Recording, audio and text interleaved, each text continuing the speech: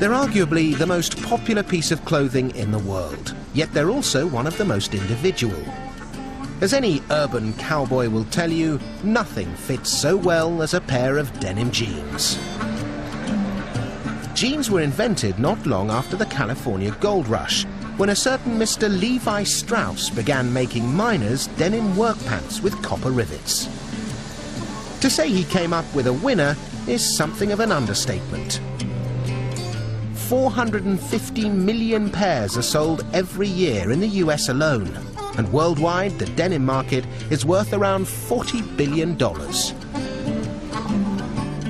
But every pair of jeans has made an amazing journey from the cotton field to the high street store.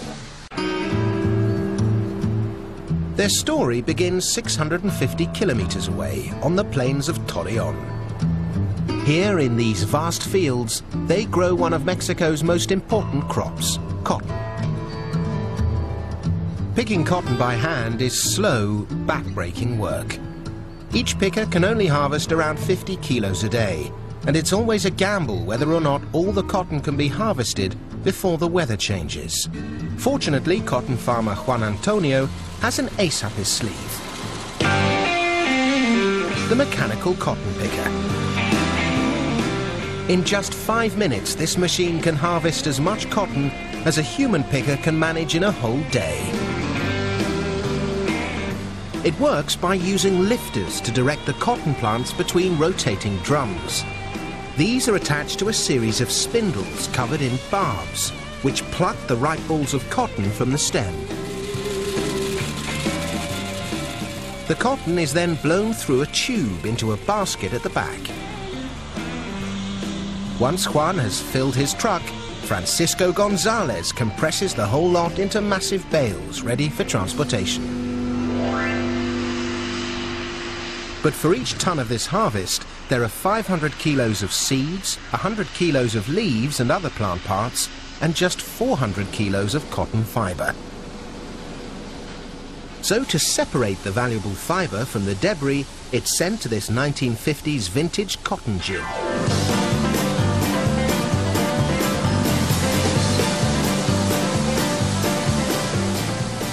This fabulous old machine looks like a monstrous Wurlitzer jukebox, and its job is to dry and clean the raw harvest, removing the unwanted seeds and plant leaves by sieving everything through a fine mesh. It's dusty work, but what emerges at the other end are bales of refined cotton, weighing around 200 kilos and containing enough fiber to produce 325 pairs of jeans. But first, the raw cotton needs to be turned into denim, which is what they do here at the Denim Art Factory in the southern Mexican state of Puebla.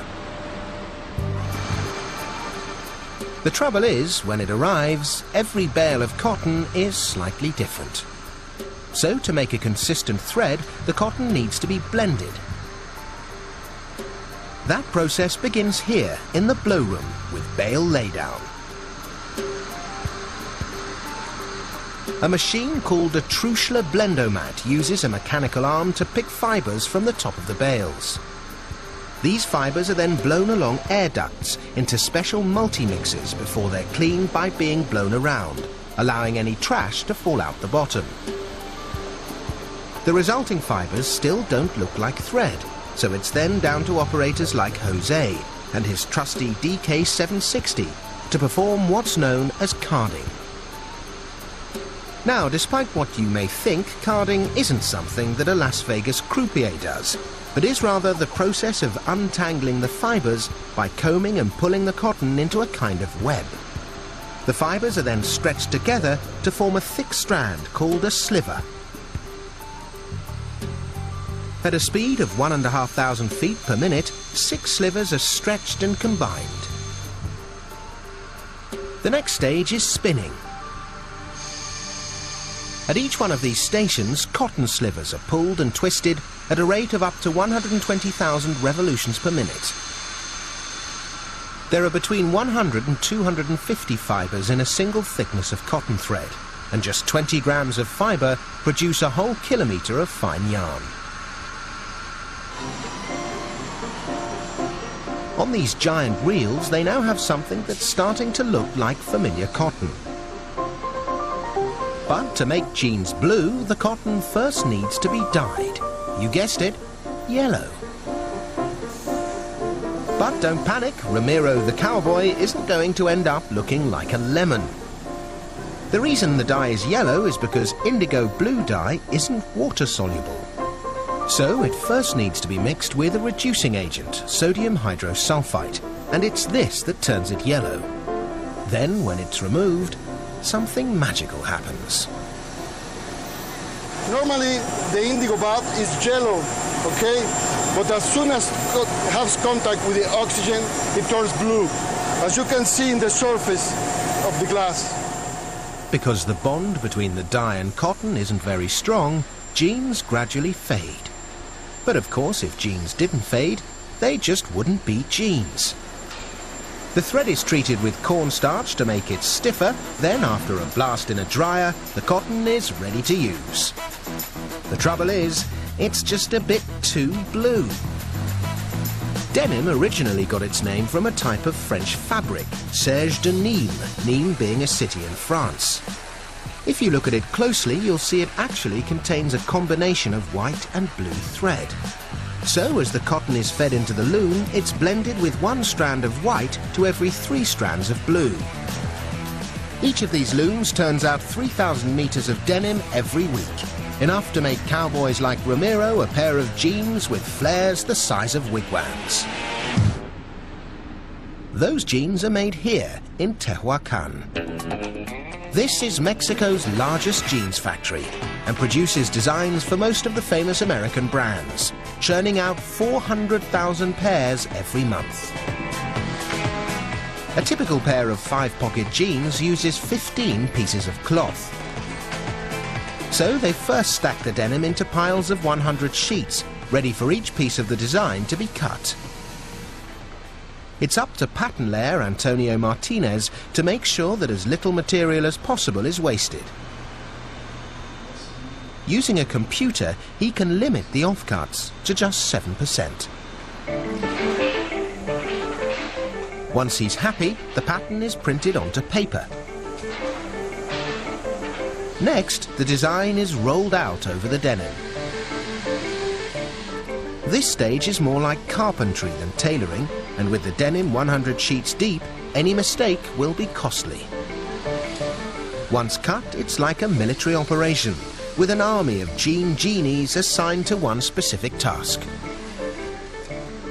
Each pair of jeans takes 15 minutes to make and requires 1.6 meters of denim, several hundred meters of thread, 6 rivets and 1 zipper, or 5 buttons. On seam ironing duty is Marie Cruz. I like my job a lot because there's no pressure here, unlike other areas of the factory. I iron 300 pairs a day.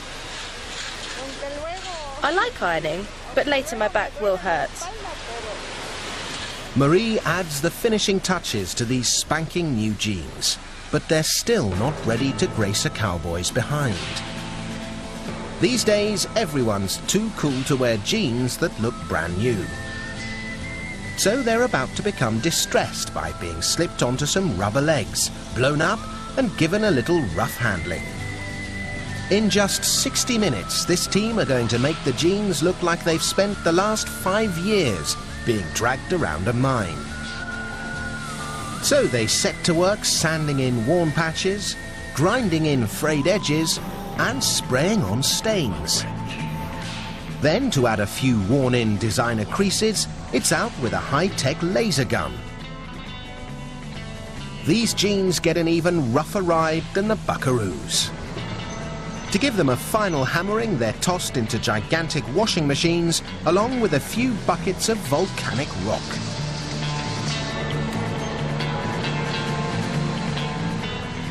Once dried, the jeans are now shrunken and nicely worn in. Or totally trashed, according to your point of view.